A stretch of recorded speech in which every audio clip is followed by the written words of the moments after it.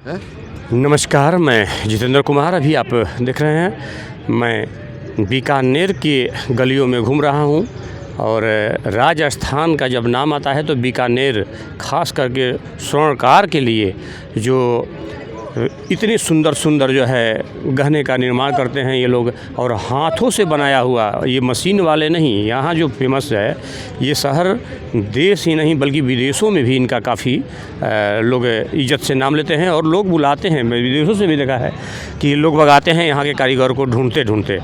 तो ऐसे में हम बात करेंगे इन समाज के लिए क्या कुछ बेहतर हुआ या अगर नहीं हुआ तो क्यों नहीं हुआ, चूँकि कहीं ना कहीं लुप्त होता जा रहा है। और ख़ास करके कांग्रेस सरकार थी तो भी और बीजेपी सरकार थी तो भी इनके लिए कोई बेहतर आवाज़ नहीं उठा पाया है और इनके लिए कोई व्यवस्था नहीं कर पाया है, जबकि ये बहुत ही सभ्य समाज से लोग बिलोंग करता है और ये लोग कभी विरोध नहीं किया किसी का। और जाहिर सी बात है कि विरोध नहीं किया तो ठीक है, लेकिन ऐसा नहीं है कि जो बच्चा नहीं रोएगा उसकी माँ जो है दूध नहीं पिलाएगी। ऐसे में हम जानते हैं यहाँ स्थानीय लोग हैं और काफ़ी अनुभवी हैं। क्या नाम है सर आपका? रामदेव असोपा, बीकानेर बागड़ी मोहल्ला से निवास करता हूँ। स्वर्णकार मोहल्ला हमारे पास में पड़ता है जी। और स्वर्णकारों में सोने चांदी के गहने बनाने वाले, हाथ से कार्य करने वाले बहुत अच्छे कारीगर बीकानेर में उपलब्ध है। यहाँ से मतलब क्या है, गहने बन करके और अहमदाबाद, गुजरात वगैरह में जाते हैं, वहाँ से विदेशों में भी यहाँ से बना हुआ गहना बहुत जाता है। सोने पर सरकार ने टैक्स तो लागू कर दिया है, लेकिन यहाँ के कारीगरों के विकास के लिए सरकार ने कोई भी कार्य नहीं किया। यहाँ सरकार को चाहिए कि बैंकें इन कारीगरों को बहुत कम दर पर लोन उपलब्ध कराए, जिससे छोटे उद्योग धंधे विकसित हो सकें। तो सरकार को स्वर्णकार समाज के लिए भी सोचना चाहिए। अभी तक स्वर्णकार समाज के लिए नहीं सोचा। अगर छोटे उद्योग धंधे स्वर्णकार समाज में लग जाएंगे तो इनके बच्चों को, युवाओं को अच्छा रोज़गार मिल सकता है और ये व्यापार है वो फल फूल सकता है, क्योंकि यहाँ के गहने बने हुए होते हैं वो विदेशों तक जाते हैं। ठीक है, तो स्वर्णकार समाज के लिए भी ध्यान देना चाहिए। और एक और समस्या है, जैसे पेपर लीक मामला हुआ, जैसे कॉलेज लेक्चरर्स वगैरह के लिए इंटरव्यूज़ वगैरह होते हैं, उसमें भी बहुत भारी भ्रष्टाचार है।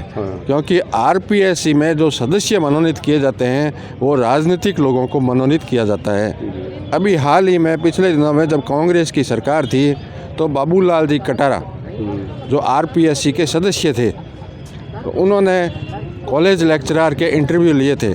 दुर्भाग्यवश मेरा भी बच्चा उस इंटरव्यू में कॉलेज लेक्चरर के गया था। वो टोटल मतलब भारतवर्ष में नेट लाइफ साइंस में इंडिया टॉपर है और उसने 2 बार मतलब क्या है कि कॉलेज लेक्चरर की परीक्षा पास की, लेकिन दोनों बार उसको इंटरव्यू में 1-2 नंबर से रख दिया, क्योंकि मेरी कोई राजनीतिक अप्रोच नहीं थी। इससे इंटेलिजेंट बच्चे हैं वो बहुत हतोत्साहित होते हैं, वो डिप्रेशन में चले जाते हैं, उनको आत्महत्या करनी पड़ती है।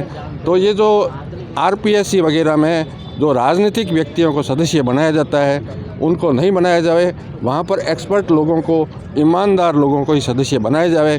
और मेरा तो सुझाव ये है कि इस इंटरव्यू व्यवस्था को, जो भ्रष्टाचार की व्यवस्था है, इसको समाप्त किया जाना चाहिए और मेरिट के आधार पर ही योग्य बच्चों को कॉलेज लेक्चरर में नियुक्ति दी जानी चाहिए। ऐसे बहुत सारी समस्याएं हैं और एक सबसे बड़ा फाटक वाला समस्या यहाँ के लिए नासूर बनता जा रहा है। और ऐसे समस्याओं पे अगर यहाँ के स्थानीय नेता अगर काम न करे तो कहीं ना कहीं मतलब कि दुर्भाग्य की बात है। लेकिन सबसे बड़ा प्रश्न यही आता है कि स्वर्णकार के लिए कोई बढ़िया जो है कारीगरी, चूँकि मैंने काफ़ी फेमस है विदेशों में, देशों में, सभी जगह यहाँ के खास करके पोल्की से बना हुआ जो गहने हैं उसके लिए तो नीता अंबानी ने भी काफ़ी मैं देखा कि उस पर फोकस कर रही हैं। लेकिन फिर भी यहाँ कारीगर के लिए कोई ट्रेनिंग सेंटर वगैरह या कुछ भी मैं नहीं देख रहा हूँ। नाम तो बहुत ज़बरदस्त है लेकिन कहीं धरती पे मीना कारीगरी का काम यहाँ पर बहुत बढ़िया किस्म का होता है और हर घर में हर बच्चा मतलब कि इस कार्य में ट्रेंड है और इससे छोटे छोटे बच्चों को, युवाओं को रोज़गार खूब मिलता है। तो इसके लिए सरकार को ट्रेनिंग सेंटर्स खोलने चाहिए, जिससे स्वर्णकार समाज के अलावा भी बहुत से युवा अन्य समाज के भी बेरोजगार हैं, उनको भी काम सीखने का मौका मिल सके और इस मतलब स्वर्णकार के कार्य से बहुत से युवाओं को रोज़गार मिल सकता है और स्वयं पैरों पर खड़े हो सकते हैं। इसके लिए